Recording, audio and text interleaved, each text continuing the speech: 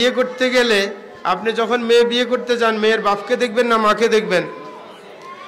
এবার বুঝতে পারছি, মেয়ের মাকে দেখবেন, বাপকে দেখবেন না। অনেকজনে বড় মুহাদ্দিসের মেয়ে বিয়ে করছে কিন্তু বিয়ে টিকে নাই, কারণ ওই মুহাদ্দিস সাহেবের স্ত্রী ভালো না। হ্যাঁ ঠিক আছে, বিয়ে করতে গেলে মেয়ের মাকে দেখবেন নাকি? মেয়ের মাকে দেখবেন। নিজের মেয়েকে বিয়ে দিতে গেলে ছেলের বাপকে দেখবেন, কারণ ছেলের বাপের মতো ছেলে হবে নাকি? হ্যাঁ, বাপ যদি ছেলেকে কি মেয়েকে বিয়ে দিতে যান কাকে দেখবেন? ছেলের বাপকে। মেয়েকে বিয়ে দিতে গেলে কাকে দেখবেন? মেয়ের মাকে। এটা যেন খেয়াল থাকে আজীবন, তাইলে কিন্তু পরে বিবাহ শাদীর মধ্যে যত ঝগড়া ঝামেলা হয় এগুলো কমে যাবে নাকি না? এমন জায়গায় মেয়ে বিয়ে দিতে যাবেন না যেই ছেলের বাপ তার স্ত্রীর কথা মেনে চলে। কি কথা বুঝলাম না? কথা বুঝলেন? যে আপনার মেয়ে এমন ঘরে বিয়ে দিতে যাবেন না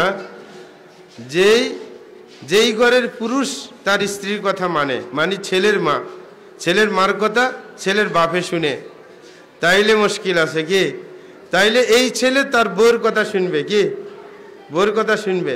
এটা স্বাভাবিক না? তখন এই সংসারের মধ্যে ফাসাদ লাগবে নাকি না?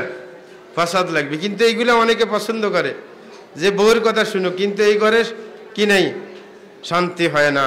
শান্তি। সকালবেলা যখন আপনার স্ত্রী দুধ নিয়ে আসতেছিল চিমটতে তো আমিই দিছিলাম, কিন্তু দেখেন সাথে সাথেও কথা পাল্টে ফেললো, বলবে যে কি আপনার পিঁপড়া কামড় দিছে। কি কিন্তু আপনি হইলে এটা বলতে দেরি, চিন্তা করা লাগতো যে কি বললে বাঁচা যাবে।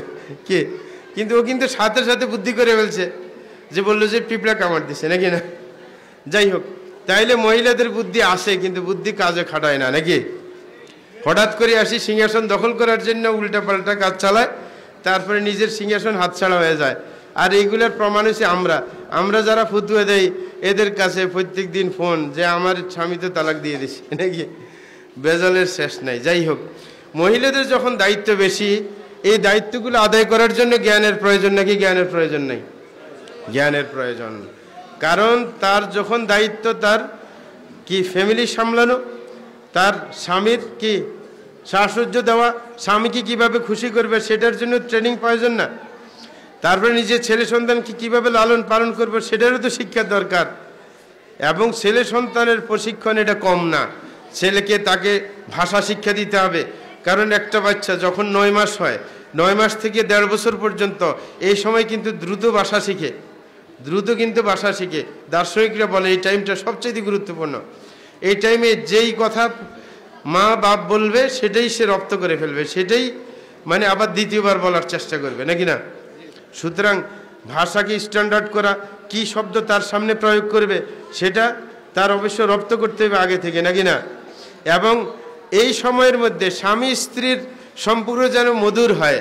সন্তান যদি দেখে বাপে মায়ের মধ্যে ঝামেলা, এগুলো কিন্তু তার ব্রেনে ঢুকে যাবে, এর সামনে ওই হিসেবে বড় হইতে থাকবে। এই কারণে আরব দেশে একটা প্রবাদ আছে, ওয়ামান শাবাহা বাহু ফামা যালাম, বলছে কোনো ব্যক্তি যদি বাপের মতো হয় তাহলে তার কোনো দোষ নাই।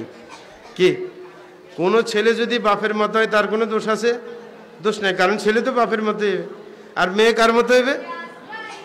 মেয়ে মায়ের মতো হবে, এটাই স্বাভাবিক।